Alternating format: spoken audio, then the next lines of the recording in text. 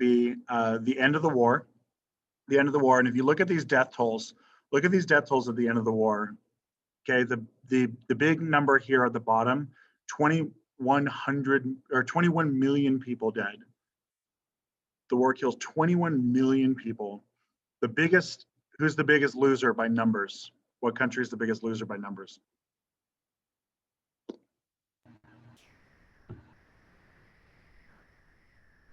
What's the number? What country is the biggest loser by numbers? Russia. Yeah, Russia's the biggest loser by numbers, but Russia's also the biggest country by population, right? So you would expect the largest country by land and the largest country by population to have the biggest number. What country do we think is actually the biggest loser of the war?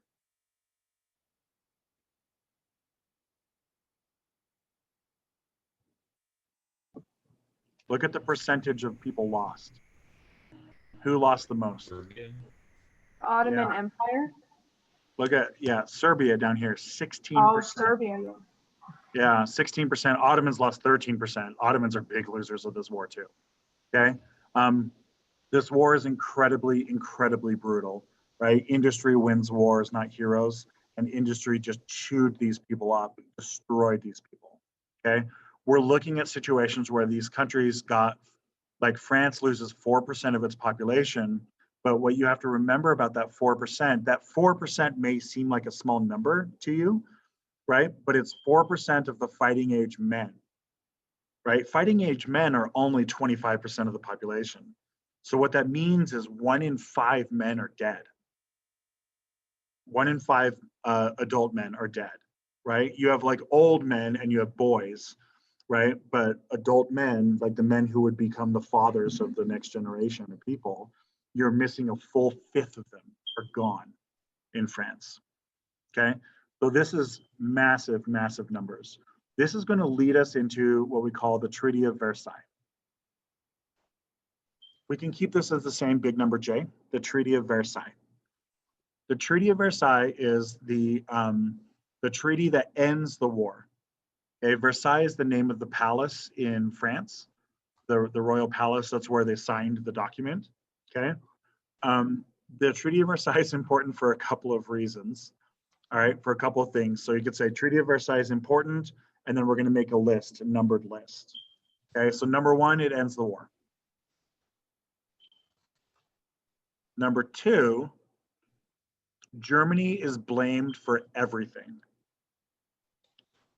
Germany is forced to take the blame for everything, which means part of number 2 here is Germany has to pay all the damages to all the countries, everything. They have to pay every single dollar spent. Every dollar worth of damage, they have to pay it. And they have to pay out for all the dead people. Germany has to pay everything.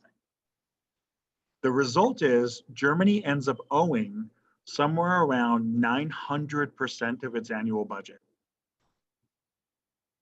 every year, right? So every year, Germany has to pay 900% of the money they owe. Okay, now, what does that mean from an economic standpoint? Can Germany possibly pay 900% every year? No.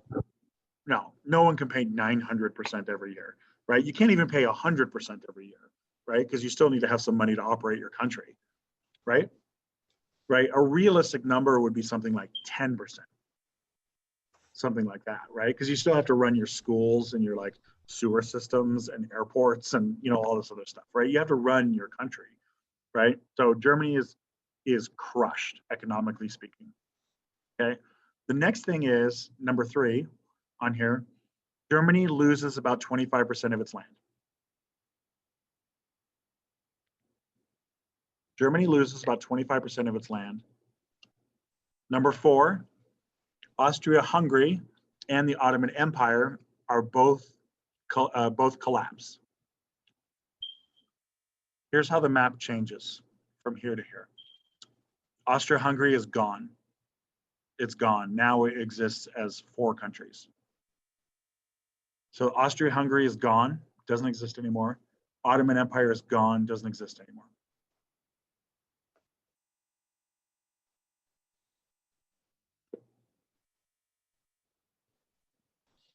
Now, if you guys know anything about history, what's going to come up after World War II? After World War One? World War One is going to lead us into World War II, right? And we know that the Germany is going to cause World War II. We know it's going to be Hitler. We know it's going to be Nazis, right? The last thing, the next line I need here is Treaty of Versailles will cause World War II. It becomes the primary cause of World War II. The Germans are angry. The Germans want revenge. The Germans feel like they're insulted. And so the Germans are going to rise up again.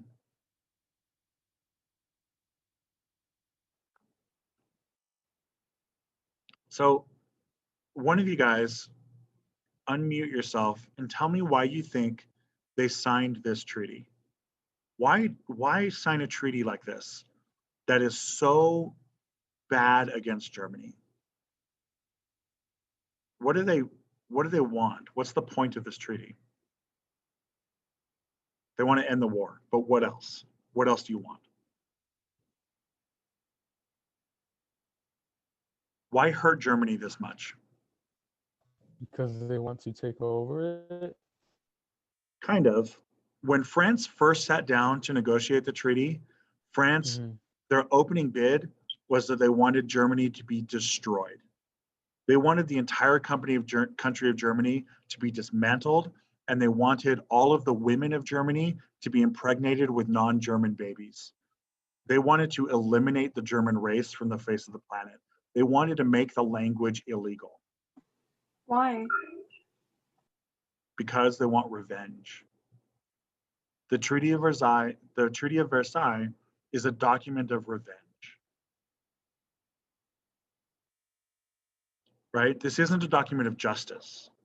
We're not looking for justice. Justice and revenge are different, right? Justice and revenge are different. Justice has rules to it, right? If you wrong me, if you hurt me, steal from me, murder someone in my family, right? I use these rules to exact justice upon you. And then the punishment that you get is even with the thing that you did, right? In this case, Germany is getting blamed for everything, and they want to seek revenge on Germany. They want to crush Germany. They want to destroy Germany. They want Germany to cease to exist. This is why the United States is important. We're not that important in the war. We really aren't. The United States shows up in the last year of the war, and we get in some fights. We do, get in some fights, but look how many people we lost. We lost 0.1% of our population, right? We lost almost nothing, right? Almost nobody. And the war wasn't fought on our soil. Not a single American city was destroyed, right? Like, we are not that important for the war. We just aren't, right? We're very important for the peace. Okay. When Woodrow Wilson goes over there and negotiates, he's the one that calms the Europeans down. He's the one that calms the French down, and he calms the British down, and the Belgians and the Italians and everyone else. He's the one who calms them all down and says, whoa, hold on, we can't destroy Germany, right? Because if you're going to destroy Germany, then why would Germany ever sign the document? They'll just keep fighting. Germany's like, if you're going to destroy us anyway, we might as well go down fighting, right? Well, I mean, we'll just kill you anyway, right? Like, they don't have a choice at that point. And Wilson basically talks all the Europeans down off the ledge. That's why America's important. So under Treaty of Versailles, you can put in here, America's important because the United States negotiates the treaty and calms the Europeans down.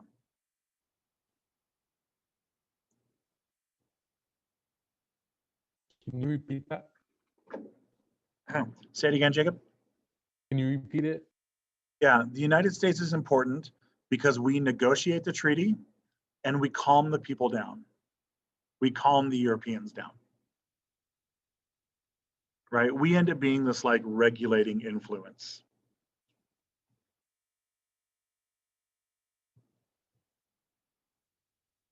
Okay. Big number K. Big number K is what we call the League of Nations. The League of Nations. The League of Nations is The League of Nations is the organization. Danny, this is right where you guys were leaving. So this is where we left off with your class. So you're now caught up, or the class is now caught up to you, Danny. All right, so the League of Nations is an organization that all countries of the world are supposed to join and avoid war. It's supposed to be an organization to help people avoid war. Okay, this is Woodrow Wilson's brainchild. Woodrow Wilson came up with it. He's the one who thought it up. He's the one who was supposed to be championing it and making it good, right? He's the one who's supposed to make it successful. Now, if we look at this map real quick, what do we notice? There's three big problems with this map. Three big problems.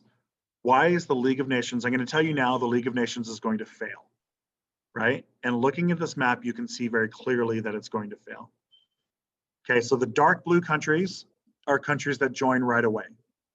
The light blue countries are countries that join later. The orange countries are countries that are controlled by another country and are forced to join. Okay, so the gray countries never join. The gray countries never join. So there should be three notable problems with the map. What do we see? What's our first problem that we see?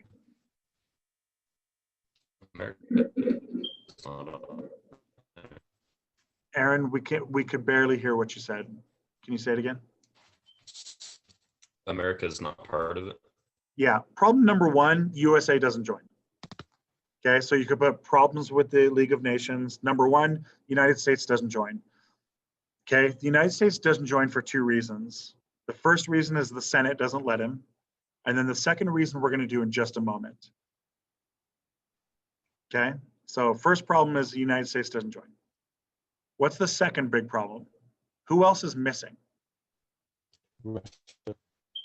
Russia, right? Russia doesn't exist anymore. It's the Soviet Union, right? But the Soviet Union refuses to join. They say if America's not in, we're not in. So the Soviets don't join. So you've already excluded maybe the two most powerful countries in the world.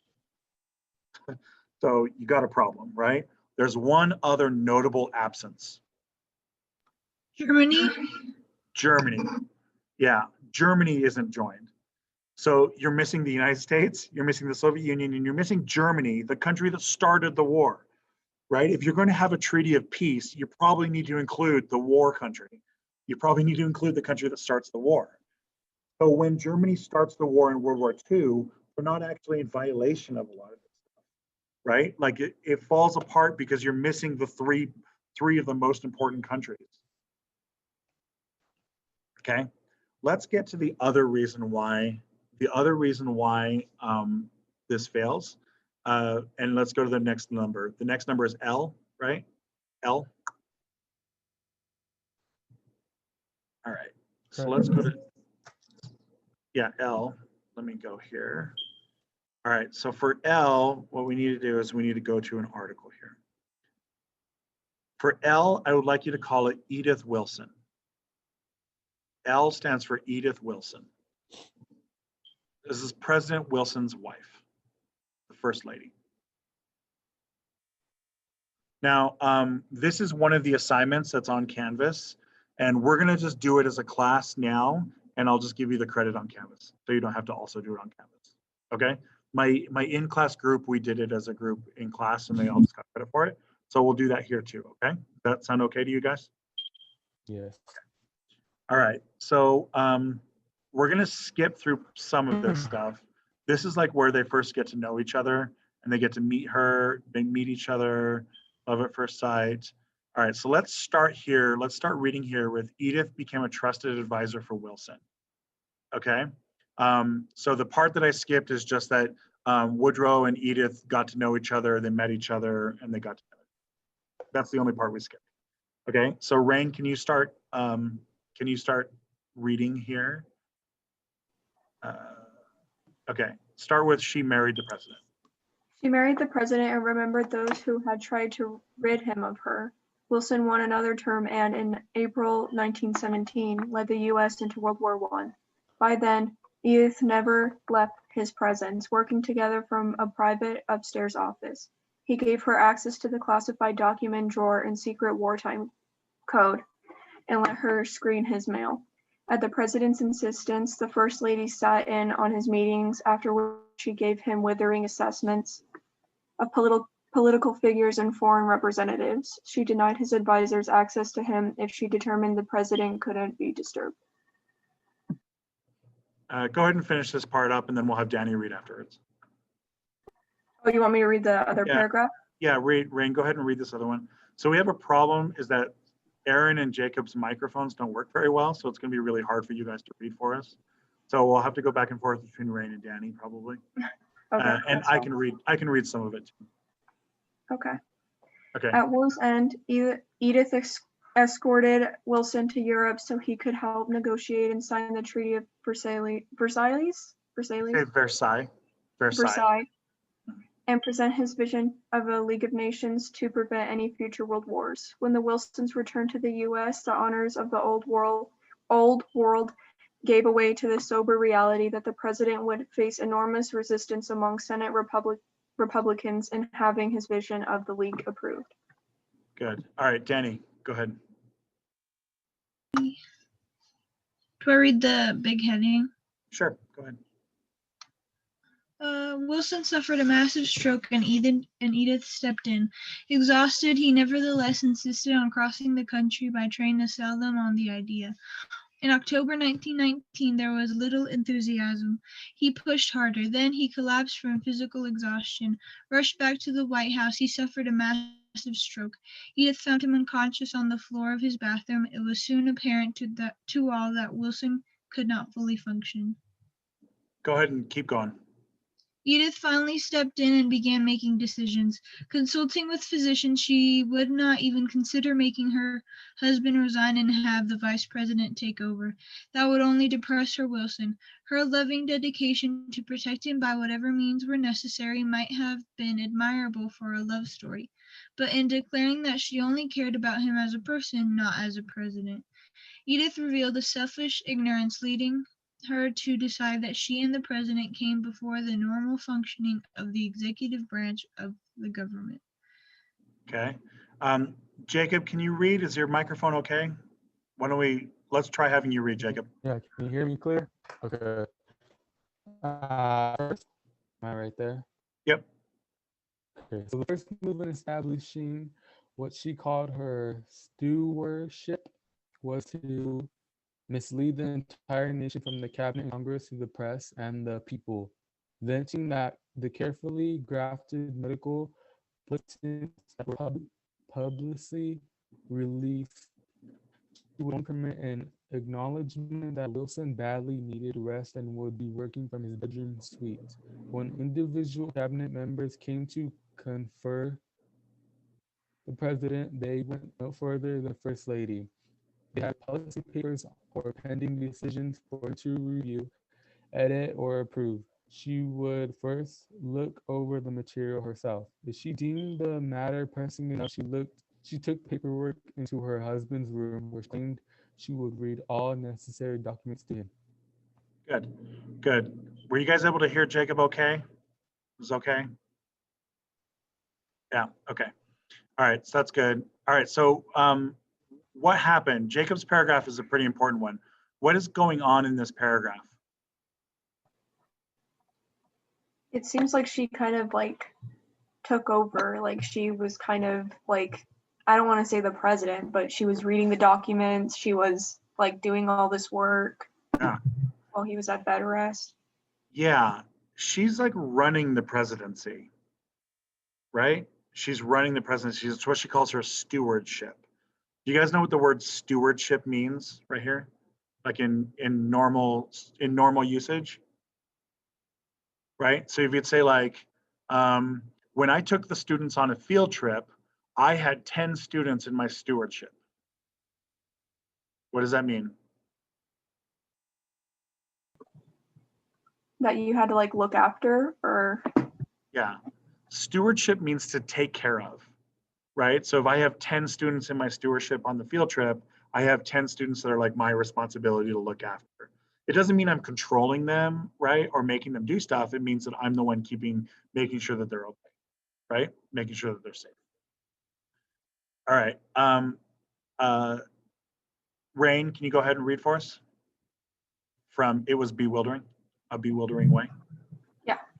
It was a bewildering way to run a government, but the officials waited in the west sitting room hallway. When she came back to them after conferring with the president, Mrs. Wilson turned over their paperwork, now riddled with,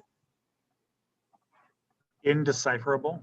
oh, thank you, margin notes that she said were the president's transcribed verbatim responses. To some, the shaky handwriting looked less like that written by an invalid and more like that of his nervous caretaker. All right, so let's get some words here. So this word is invalid. Oh, invalid, sorry. Yeah, you said invalid, but invalid, right? Invalid just means somebody who's sick, a person who's sick and can't take care of themselves. And then indecipherable means you can't read it. Okay.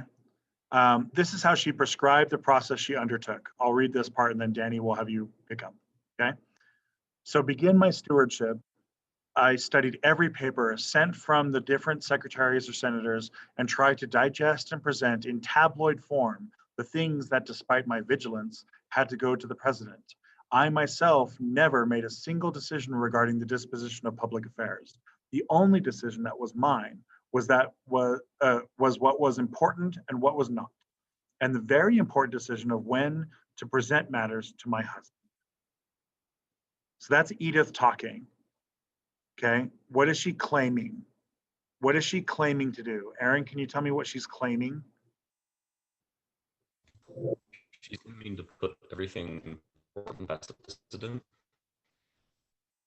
She's claiming to put everything what? Everything past her husband when. Right. So she's claiming that she's not making the decisions, right? She's saying my husband's making all the decisions. I'm just the one in charge of presenting him the information. All right, Danny, go ahead and pick it up for us. She held her stewardship for 17 months. You can start with luckily. Luckily, the nation faced no great looming crisis for the period of what some dubbed her regency of 1 year and 5 months, from October 1919 until March 1921. Still, some of her confrontations with officials had serious consequences. When she heard that the Secretary of State had convened a cabinet meeting without Wilson's permission, she considered it an act of insubordination, and he was fired. Interesting. All right, keep going, Dan. The most damaging irony, however, came as a result of Miss Wilson's insistence that a minor British embassy aide be fired for a baldly joke he'd cracked at her expense, or else she would refuse the credentials of an ambassador who had come to specifically help negotiate for President Wilson's version of the League of Nations. The ambassador refused to do so and soon returned to London. For all of the protection she had provided for her husband as a person, Edith may well have damaged what he had dreamed for as a legacy. Do you guys know what a body joke is? Dan, do you know what a body joke is? Have you heard that before? So body just means like crude. It's usually like sexual crude joke, like whatever, a crude sex joke. That's what the word means. Oh, okay. Well, Danny, just finish this off, this last little bit.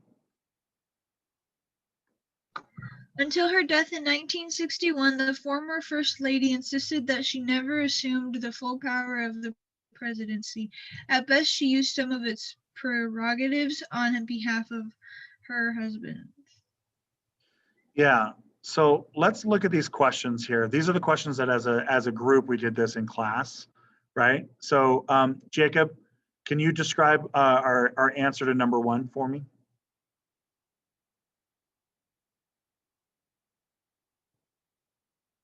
Jacob, you're on mute. What does befell? What does that mean? Befell, it means what tragedy happened to him. Oh, so that is joke. His stroke? Right. He had a stroke. He had a stroke. Somebody else, somebody not Jacob, somebody chime in. Can you describe the stroke? Because strokes are highly variable, right? Sometimes people have a stroke and they go back to work the next day. Other times people have a stroke and they die, right? So what happened to his stroke? What happened to him? Sina, are you still with us or did you leave? Didn't he go into like a coma? So he's not a coma, right? It's not quite a coma because she says she can still talk to him, right? And she says that he's like shaky writing, right? So he's not a coma, but he's not good either, right? Yeah, he's very weak. He like can't get up from bed. Mhm. Yeah, he's paralyzed. Half his body's paralyzed. He can't speak anymore. Like he can't go to the bathroom by himself. He can't feed himself, right? He's just laying in bed this whole time. Okay, so give me some specific examples of what she does. What is our answer to number two? Our answer to number two. Aaron, can you help us out with number two?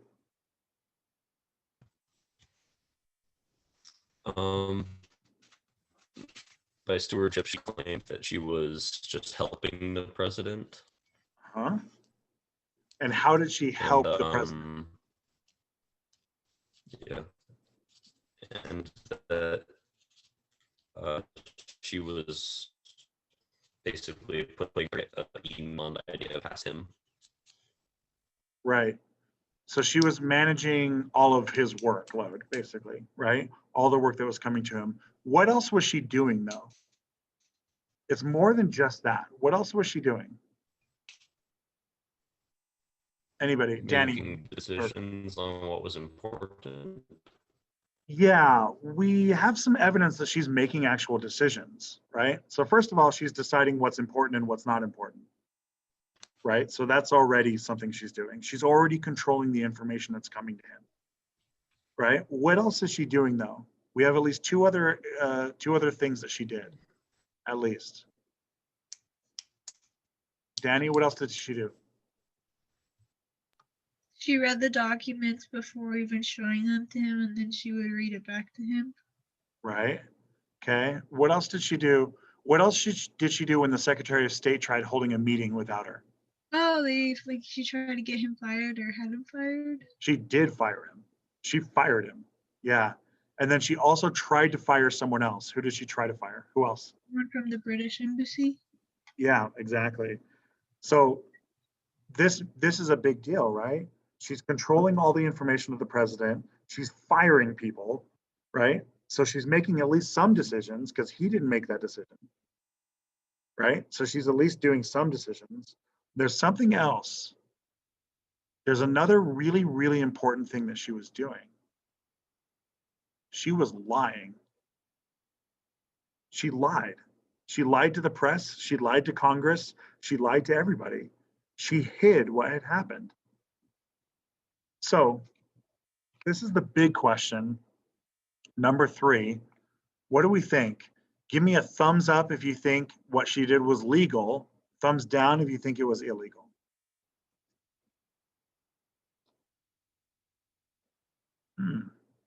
All right, interesting. One of you is not like the other. Danny, what makes you think it's legal? Because I don't think anyone has ever done that before, so they can't make a law thinking that would happen. They're not like, oh yeah, one day a president's wife is just gonna snatch his job because he's paralyzed. Right. But they do have laws where it's like if the president gets cannot be able to hold their job, they can't make decisions, if they're assassinated or seriously ill, then the vice president takes over, which is a real law that they have, right? Right. So there's a problem. Rain, you're right. Today you're correct, but in 1921 you're not correct. Oh. That law is the 25th Amendment, and it doesn't get passed until 1962. So here's the problem. Legally speaking, no one can take over. According to the Constitution, the vice president only takes over if the president is dead or resigns. Dead or resigns. Right? There's nothing that says the vice president takes over if the president is sick. So now we got a problem. Now what's going on? The vice president can't legally take over. So now what do you do?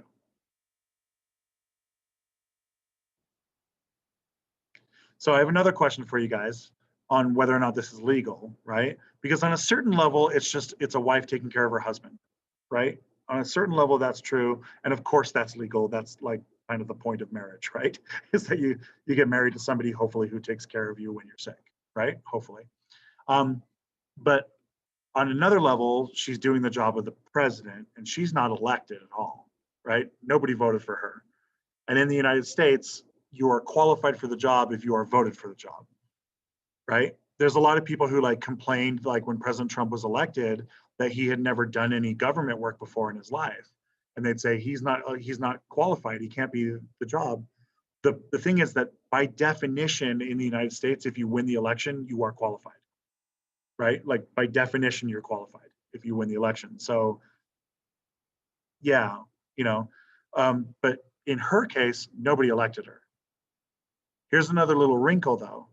Women can't even vote at this point. This happens a year before a woman can even vote. So we have a woman who can't even vote for her husband running the country in secret and lying to everyone about it. Pretty crazy, huh? Like it's a really, really crazy thing. And it wasn't like nobody knew about it at the time.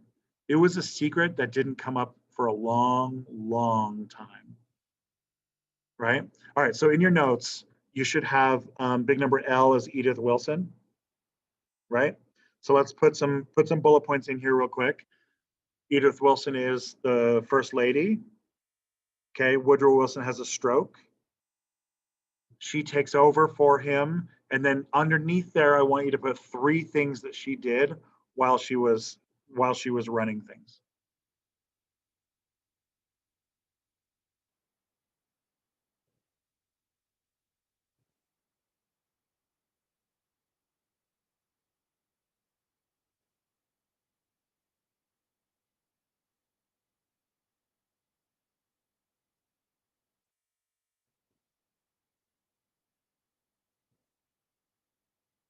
Okay. And once you're done with that, we're done for the day. I'll go ahead and give you guys credit for the Wilson assignment. Anyone who's not here with us participating will have to just do it on their own. They'll have to do it on their own. But you guys did it with me, just like the people in person in class did. Okay. Cool. All right. I'm going to stop the recording.